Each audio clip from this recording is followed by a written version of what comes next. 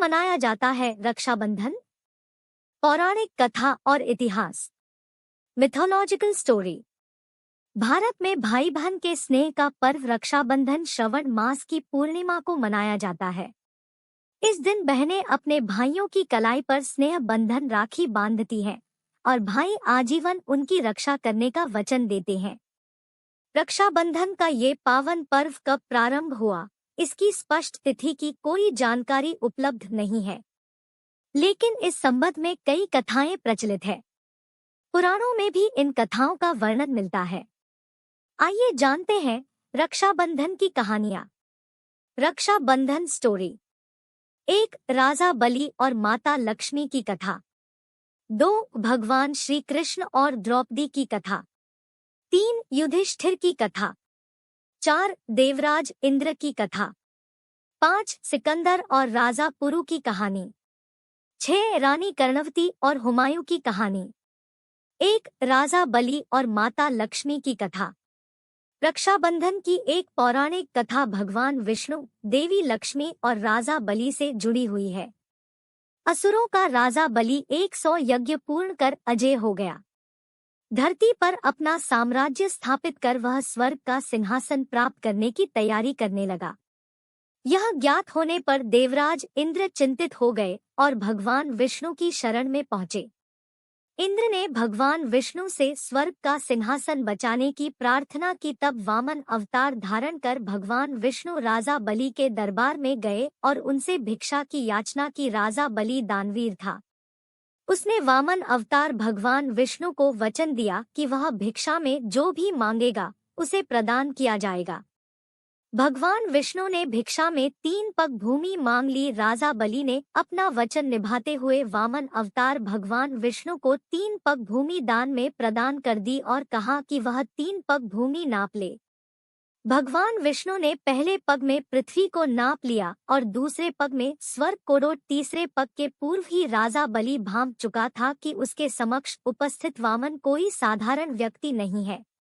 उसने अपना शीश वामन रूपी भगवान विष्णु के आगे झुका दिया और उनसे तीसरा पग अपने शीश पर रखने का निवेदन दिया। भगवान विष्णु ने वैसा ही किया।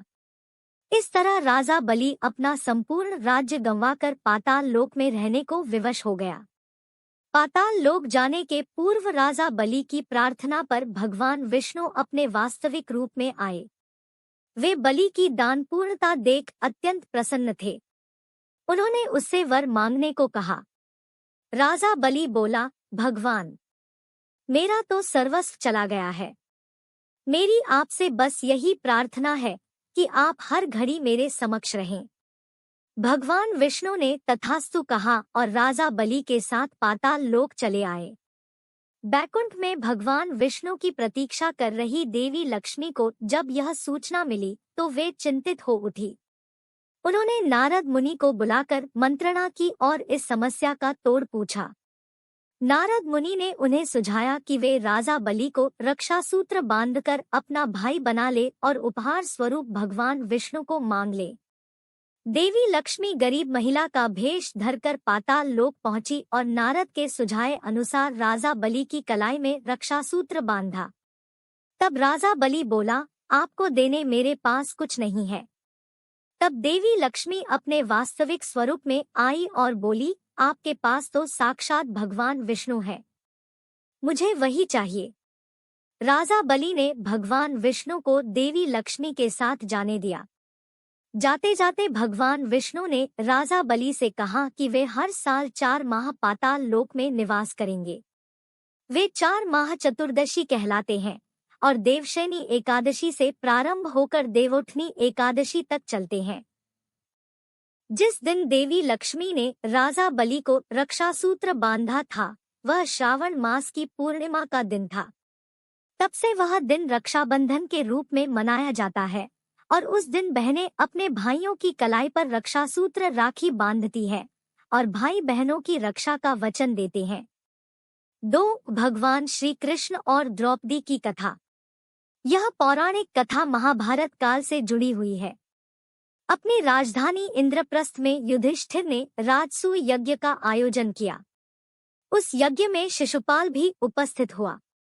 यज्ञ के दौरान शिशुपाल ने भगवान श्री कृष्ण का अपमान किया और श्री कृष्ण ने सुदर्शन चक्र से शिशुपाल का वध कर दिया। शिशुपाल का वध कर लौटते समय सुदर्शन चक्र से श्री कृष्ण की उंगली थोड़ी कट गई और उसे रक्त बह निकला। तब द्रौपदी ने अपने साड़ी का पल्लू फाड़कर श्री कृष्ण की उंगली पर बांधी। उस समय श्री कृष्ण ने द्रौपदी को वचन दिया कि वह इस वस्त्र के एक एक धागे का ऋण चुकाएंगे। द्युत क्रीड़ा के समय जब कौरवों ने द्रौपदी के चीरहरण का प्रयास किया, तब श्री कृष्ण ने अपना वचन निभाते हुए चीर बढ़ाकर द्रौपदी की लाज की रक्षा की।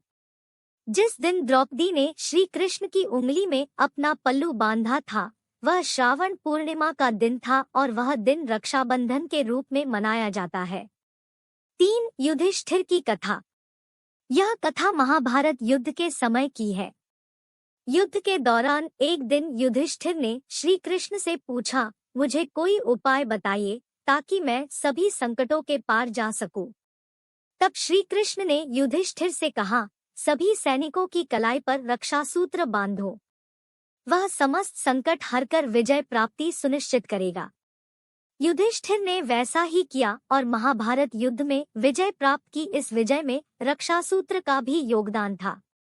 जिस दिन युधिष्ठिर ने सभी सैनिकों को रक्षासूत्र बांधा था, वह श्रावण मास की पूर्णिमा का दिन था। तब से इस दिन सैनिकों को भी राखी बांधी जाती है। 4. देवराज इंद्र की कथा। इस कथा का उल्लेख भविष्य पुराण में मिलता है। एक बार 12 वर्षों तक अनवरत देवों और असुरों के मध्य युद्ध होता रहा। इस युद्ध में देवतागणों की पराजय हुई। देवराज इंद्र सभी देवों के साथ अमरावती चले गए। उधर असुरों ने तीनों लोकों पर कब्जा कर अपना राज्य स्थापित कर लिया और घोषणा करवाई कि इस राज्य में यज्ञ, वेदों का पठन पाठन, पूजा और धार्मिक अनुष्ठान नहीं होंगे। इस तरह तीनों लोकों में धर्म का नाश होने लगा। दुखी और चिंतित देवराज इंद्र गुरु बृहस्पति के पास पहुंचे। उस समय गुरु बृहस्पति के साथ उनकी पत्नी शुचि भी उपस्थित थी। देवराज इंद्र की व्यथा समझते हुए वे बोली, देवराज, कल ब्राह्मण शुक्ल पूर्णिमा है। विधान पूर्वक तैयार किया गया रक्षासूत्र मैं आपको प्रदान करूंगी। उसे कल रक्षा विधान करवाकर आप ब्राह्मणों द्वारा अपनी कलाई पर बंधवा लेना। आपकी विजय होगी। ब्राह्मण शुक्ल को प्रातःकाल देवराज इंद्र ने शुचि द्वारा दिया गया रक्षासूत्र ब्राह्मणों द्वारा अपनी कलाई पर बंधवाया और उसके प्रभाव से युद्ध में देवताओं की विजय हुई। उस दिन से रक्षाबंधन पर्व ब्राह्मणों के माध्यम से मनाया जाता है। 5. सिकंदर और राजा पुरु की कहानी। विश्व विजय के लिए निकला यूनान का सम्राट सिकंदर जब भारत पहुंचा, तो उसका सामना भारत के पुरुवंश के वीर राजा पोरस से हुआ। राजा पोरस का राज्य झेलम और चिनाब नदियों के मध्य स्थित था और सिंध पंजाब का बहुत बड़ा क्षेत्र उसके अंतर्गत आता था। सिकंदर और पोरस के मध्य घमासान युद्ध हुआ। युद्ध में सिकंदर की सेना को पोरस की सेना ने कड़ी टक्कर दी। सिकंदर की पत्नी को भारतीय त्योहार रक्षाबंधन की जानकारी थी। उसने अपने पति पर संकट के बादल मंडराते देख लिया था। उसने पोरस को राखी भेजी। राजा पोरस सिकंदर की पत्नी के द्वारा भेजी राखी देखकर आश्चर्यचकित था, लेकिन उसने राखी के धागों का मान रखा। युद्ध में एक ऐसा समय भी आया जब सिकंदर का घोड़ा पोरस के भाई के द्वारा मारा जा चुका था और सिकंदर निहत्था पोरस के सामने खड़ा था। पोरस के पास सिकंदर को समाप्त करने का यह एक श्रेष्ठ अवसर था, किंतु उसने राखी का मान रखते हुए निहत्थे सिकंदर पर वार नहीं किया और उसे छोड़ दिया। 6. रानी कर्णवती और हुमायूं की कहानी।